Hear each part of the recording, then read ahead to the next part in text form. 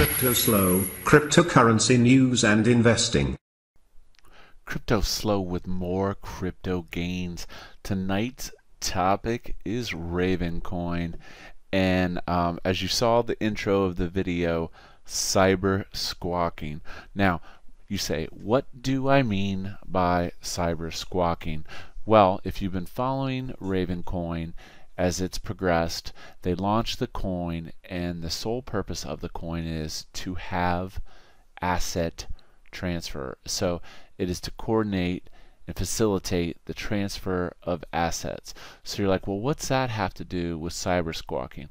Well, the reason I'm bringing this up tonight is there's a lot of excitement about the launch of the asset layer. This is supposed to happen October 30th, and this will allow people to create asset names in their wallet and on the blockchain. So in essence, you're kind of creating your own token or your own asset, and you can assign the number of tokens, and every name has to be unique. So you're like, well, what's the big deal? Why cyber squawking? Well, the reason we came up with cyber squawking is because similar to cyber squatting, where someone buys domain names and sits on them with the hopes that they can sell that name later on at a higher cost. And actually this still goes on quite a bit. You know, if you think you've got a really great website name and then you go to get it, and then what do you know, some jackass has it and he wants $1,000 for it. So basically what's going to happen is we're getting into this phase 2 of assets.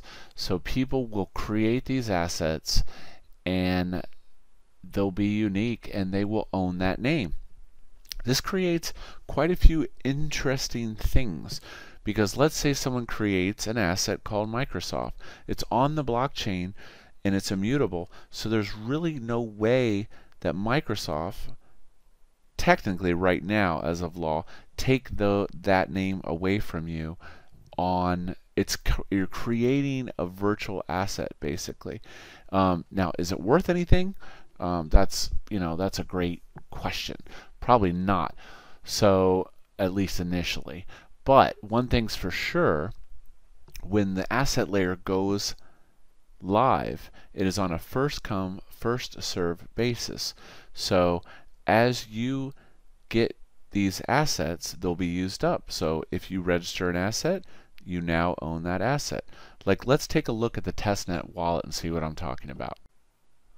Alright, we're back. So I've launched the RavenCoin wallet in testnet mode, so you can see what I'm talking about with the assets and the names. So we're going to click on the asset tab and we're going to look, create assets, manage assets. So this would be an example. Let's say I want to create Microsoft tokens. So I'm going to hit create assets and I'm going to hit Microsoft, check availability. Looks like it's there. And we're going to make 10,000 Microsoft coins. I'm going to leave the address, make it reusable, and I'm going to hit create asset. So it's going to cost me 500 Raven to create my new Microsoft asset token. So I hit yes, and boom, the asset's been added to the network. So I have just now cyber squawked the Microsoft name. Nobody else can get that name asset on the RavenCoin blockchain. So you can see let's see, actually I don't have any assets in here right now, but it'll take a minute or two and then this will clear. It's still synchronizing with the network. So now you can see what I'm talking about. When this thing goes live, it's going to be bananas, because I would tend to think that everyone and their brother is going to try to grab as many good asset names as they possibly can, especially the 3-letter ones. That is the minimum letters for an asset name, is 3 letters.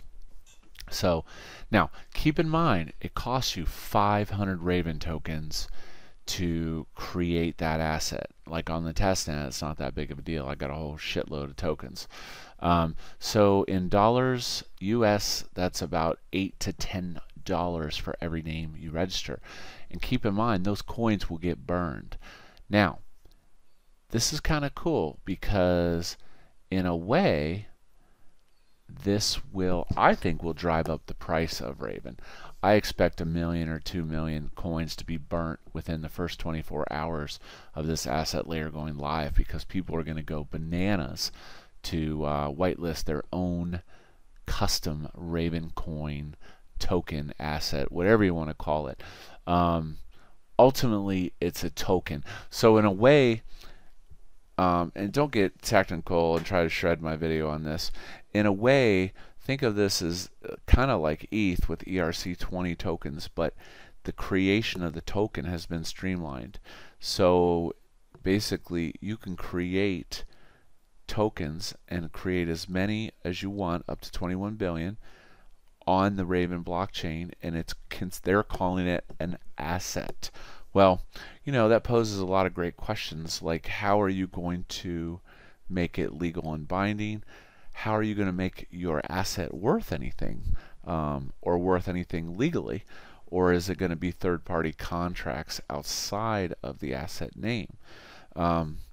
So all really great things to think about with this coin, but like I said, we have till October 30th before this all happens.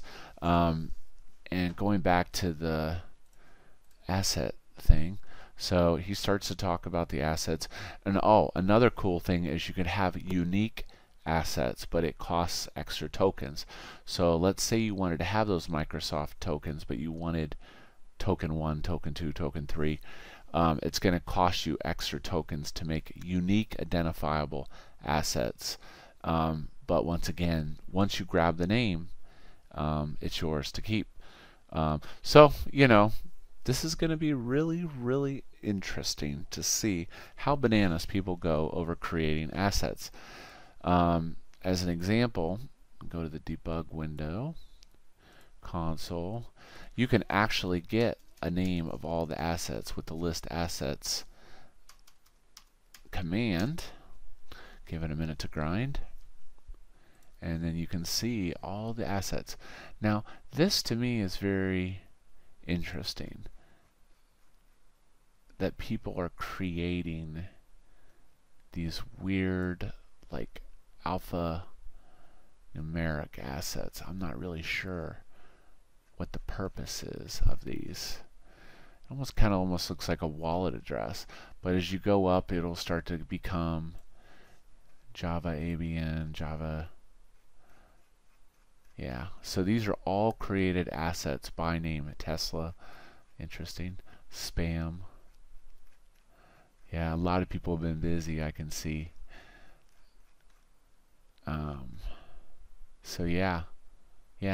So the question to you is, are you going to purchase any assets on the Raven blockchain? Once again, it is a little pricey. So, I mean, it could add up quick if you go bananas.